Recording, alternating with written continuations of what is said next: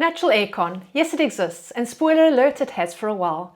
We all know that global temperatures are rising and summer seasons are getting hotter and longer. Modern air conditioning systems use large amounts of electricity. This electricity is still powered to a large extent by fossil fuels in many countries, adding significantly to rising carbon dioxide levels. Where renewables are used, integration into aging transmission networks is causing challenges, sometimes with outages over many days, just when you really need the cooling. A lack of cooling can and has caused many deaths, which will only increase as the global temperatures increase. And of course, paying for this cooling is just another large expense we would rather not have. So many modern sustainable houses and buildings are moving towards natural or low energy ventilation. This means passive cooling is quickly becoming more of a necessity than a luxury. Fortunately, several options are available for creating passive cooling in homes and buildings, and these are gaining in popularity. Neither are they necessarily expensive to implement, and some technologies are proven, having been around for centuries. Two examples are green roofs and solar chimneys. Green roofs have been in use since ancient Mesopotamian times and on Scandinavian homes since prehistory, while solar chimneys have been in use for centuries in the Middle East and Near East by the Persians and by the Romans in Europe. The sod roofs of Scandinavia were found on most houses in the Viking and Middle Ages. Birch bark is strong, water-resistant and soil-resistant and can last at least 30 years under sod. The outer flaky white bark was harvested in large strips, leaving the internal bast in place to prevent killing the tree. The outer bark was stored flat under pressure while it dried. The dried bark was layered into shingles onto the roof with no nails or screws and held in place and weighted down to prevent gaps with a layer of sod.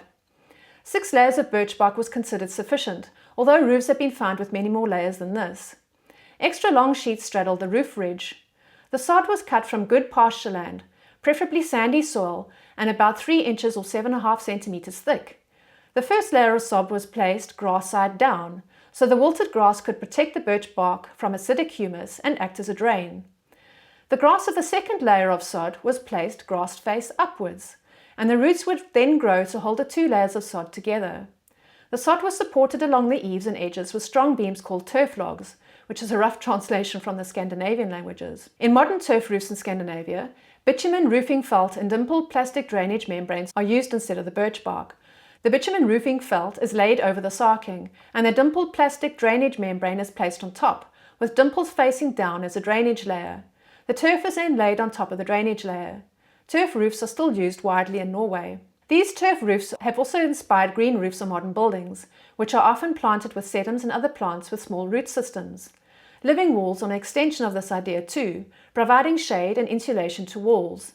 They are often more challenging to maintain though, due to more difficult access. Green roofs offer the further benefits of acoustic insulation, habitat creation and biodiversity values, waterproof membrane protection, and reduced stormwater runoff. Natural ventilation does not require mechanical systems to move air in or out of buildings. It is also a critical element in reducing the spread of disease and the development of sick buildings, which can be particularly problematic as buildings become more closed for mechanical air conditioning systems to work efficiently. Natural ventilation relies on passive physical phenomena such as wind pressure and the stack effect. The stack effect relies on convection. In the stack effect, cool air enters the home through lower level windows and openings, absorbs heat, rises, and then exits through the upper level windows or openings, pulling more air in through the lower level openings.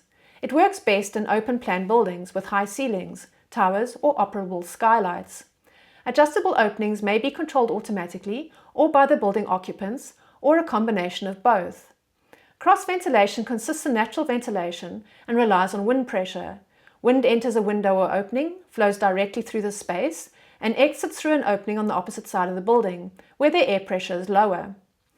Natural ventilation can be created by providing vents in the upper level of the building to allow warm air rising through convection to exit. At the same time, cooler air is drawn in through vents at the lower level. Trees or other methods of shading can be provided to cool air to the outside before it enters the building. Passing the air over water also helps to cool it down. Leading the air through underground ducts can also cool the air before it enters the building. This natural ventilation process can be enhanced by a solar chimney. The chimney should be higher than the roof level and constructed on the wall facing the direction of the sun. Absorption of heat from the sun can be increased by using a glazed side facing the sun. Heat-absorbing material can be used on the opposing side. The size of the heat-absorbing surface is more critical than the diameter of the chimney. A larger surface area will mean greater heating by solar radiation and greater convection, and thus airflow through the chimney. The vents in the chimney should face away from the direction of the prevailing wind. This passive cooling method not only continues during electricity outages, but is also silent and provides clean air regularly to the building. It reduces drafts and hotspots, and thus increases the comfort within the building. A passive downdraft cooling tower is similar to solar chimney, and it works best in hot, arid climates.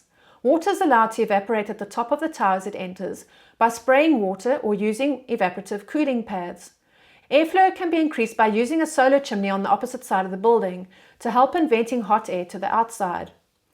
A wind tower or wind catch is a tower with vents at the top of the surface facing the predominant wind direction, or with multiple groups of vents if the wind has more than one prevailing direction. It works by catching air on the windward side of the building as the wind blows into the building. This air is drawn or pushed through the building and exits through the leeward side of the building. A central tower vent allows the venting of hot air from the building interior as the hot air rises and the cooler air remains below. So there you have it, 2 effective ways to cool a sustainable house without mechanical air conditioning. So why aren't we using these more in buildings and homes? Let me know what you think in the comments. And if you've made it this far, let me know in the comments if you would use these methods if you were building a new house now. Until next time, enjoy!